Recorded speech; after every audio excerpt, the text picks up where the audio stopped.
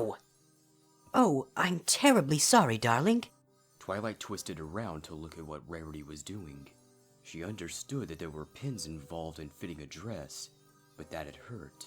Why is this thing so pointy? She demanded, gesturing to the shards of crystal embroidered along the edges of the dress, which had jabbed her in the side. I'm not sure dresses are supposed to be sharp. Rarity waved her off, a half-dozen pins floating in her magic and slipping through the dress as she worked. I assure you that once the fit is right, you won't even notice. I just have to get everything to lay correctly, my dear, and you'll be the talk of the evening. Twilight rolled her eyes. It's a diplomatic meeting, Rarity, not a ball. Rarity humphed. Well, still. She pulled back, examining the alicorn critically, and then sighed.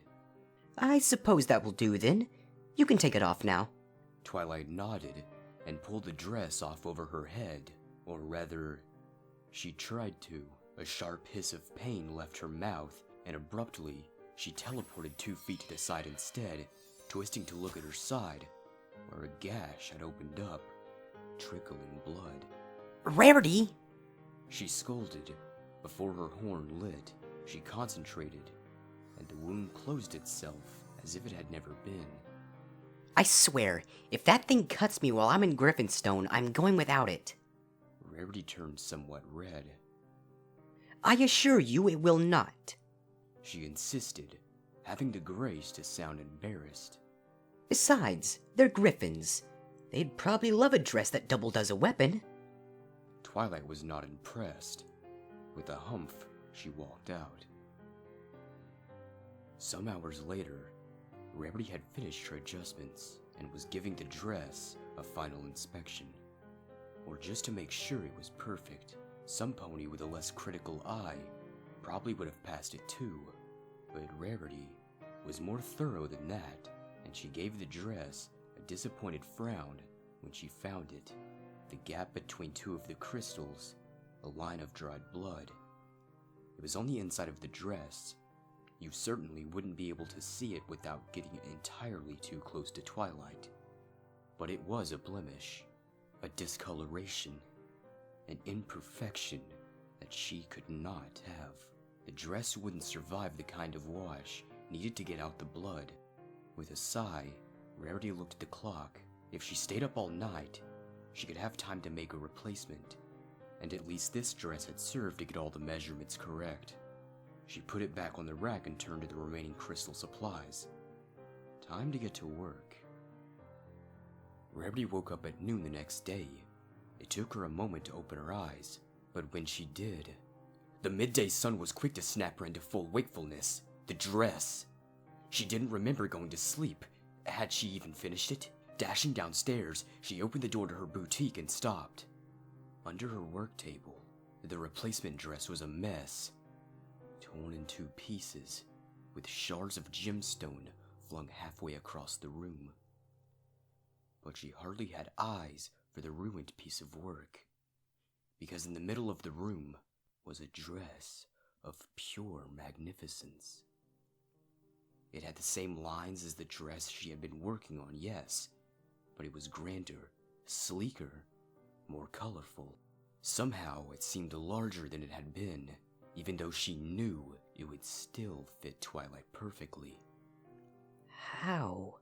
She murmured, stepping up to it reverently. Her hoof reached out to touch it. Ah! She pulled back as a crackle of electricity shot from the dress, making the room smell of magic. Not her magic, though. She would know that purple color from anywhere. Hesitantly, she approached again, and this time, the dress did not shock her. She turned the hem of the dress up, somehow knowing what she would find. The stain of blood was gone. First, Rarity pretended the incident was a happy accident. Twilight was ecstatic about the improvements to the dress. It didn't stab her anymore, and by the time her trip to Griffinstone was over, she had forgotten about the fitting incident entirely. But Rarity couldn't forget. She had tried to recreate the phenomenon with her own blood, but all she had managed to do was ruin a perfectly good design. Her blood wasn't enough. She couldn't remember if Twilight had ever bled in her presence before. Was it because she was just a skilled spellcaster? Or was it because of her ascension? Rarity didn't know, but it didn't matter. She needed to see if it would happen again. It was weeks before she got another chance. A monster from Tartarus got loose, something to do with Cozy Glow and a new pen pal at school. Rarity was fuzzy on the details, but during the fight that had arisen, Rarity saw it cut Twilight, and not enough to seriously hamper her, but enough for a sample for an observant unicorn to collect that night. A dab went on a new dress design, another dab on her spare sewing machine, a few more on choice pieces that she wanted to use in future dresses. And then, despite being too excited to think sleep was possible, she retreated to bed.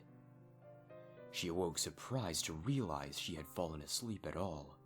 Approximately 2 seconds later, she was downstairs again. Oh my. She breathed. It had worked. Everything had worked. The dress was resplendent. The sewing machine slick and twice as powerful as before. Each individual piece of the jewelry and fabric was gorgeous and beautiful and perfect.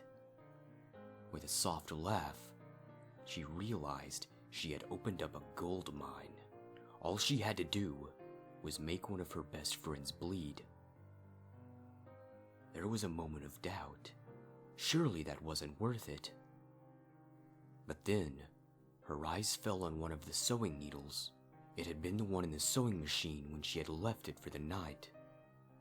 Carefully, she picked it up with her magic, admiring its perfect, tiny point.